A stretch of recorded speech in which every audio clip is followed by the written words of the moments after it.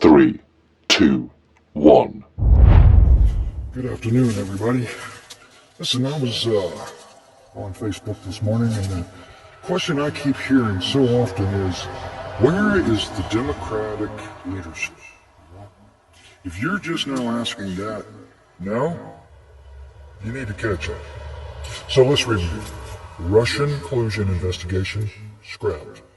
Not one, but two impeachments, one after he literally, in front of the United States public, told a group of militants to be on standby for his directions, which he promptly delivered, and so they took the orders and ran with it, January 6th. Then you have 37 felonies, and a slew of other charges and potential charges from the Department of Justice. All that he beat. And the man who you thought would not win the first term has now, with all that behind him, won a second term. So if you're wondering where your Democratic leadership is, the question is, where have they been all along?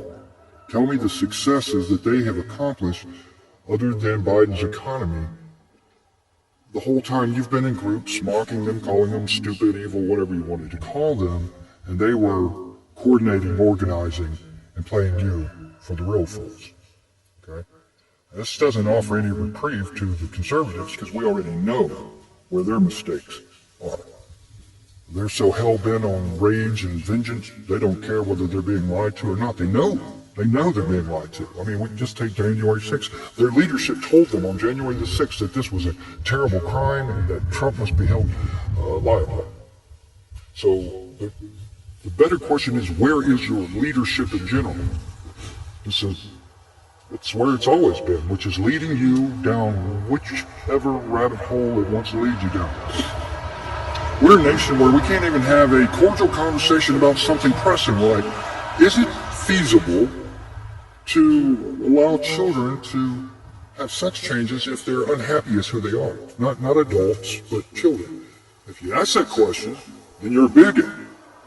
But the better question is, why is that all of a sudden a more pressing and more predominant problem than, say, I don't know, the mental illness that we already know about, the mental illness behind the mass school shootings that we've been talking about resolving for so long?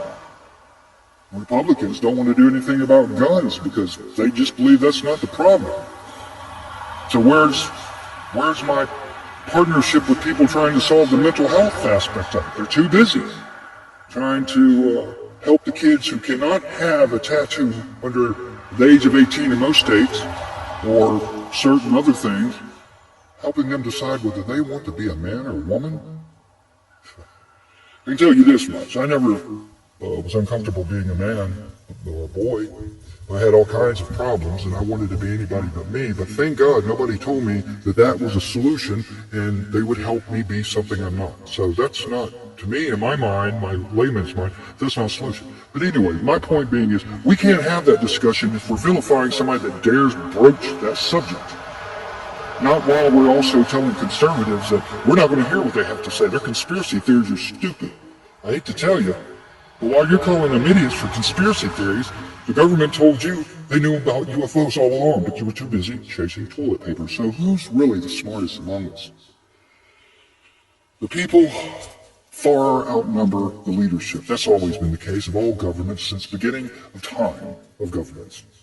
But somehow we never managed to remember that we greatly outnumber them, and so we seek out their leadership.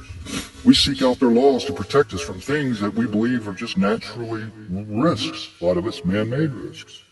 We complain about oversight when it impedes upon the things that we don't like. We demand more oversight when we don't like someone and what they're doing.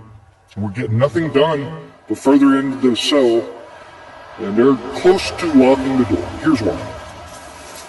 Because the only thing that makes governments work so hard is satisfying the citizens. You gotta have demand for supply, but what if you had no say? And you only had what you got, so there's your demand. They determine the demand. You'll either eat it or you won't and starve to death. It works in North Korea. And that leaves a lot less competition as we have in capitalism, and it has more monopoly. a group of robber barons agreed that their family's legacy is more important than anything else. So if they just agree to work together, they can keep all the money in their family for the rest of eternity, and the citizens will have no choice, because there is no United States to run to.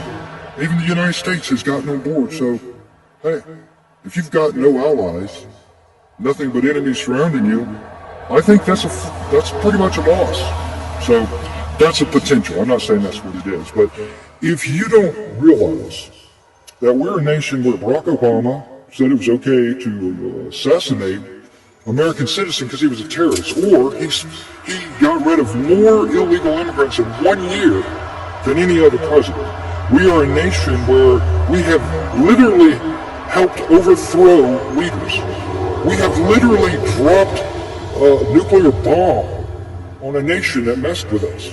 We've done all these just unbelievable, unprecedented things to protect our country. And all of a sudden, these same politicians just don't have the stomach to get involved now? Do you really believe that? Do you believe that they would damn near blow up the whole world to defend this nation, but they can't do shit about what's going on now? Do you believe that? Because if you do, well, there's your problem. There's why what is happening now is happening. Simple as that. And we don't have the tenacity or the will to get out there and do what we have to do, which is fight for our freedom. You have to earn it every day. So, you can complain and ask where your hero is, or you can fight for what you want. Don't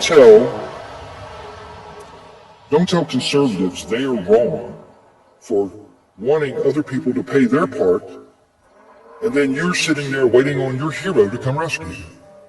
When you know what's going on around you, don't pay attention to the Republicans. They're so far gone, it's unbelievable. God forbid the man asks to screw every man's wife because they'll all have their women busy. The question is, how close are you to becoming just as hopeless as they are? Because somebody needs this nation bad enough, they'll do what they have to do. But if they're the only ones, they're going to look like the crazy ones. That's what everybody will say.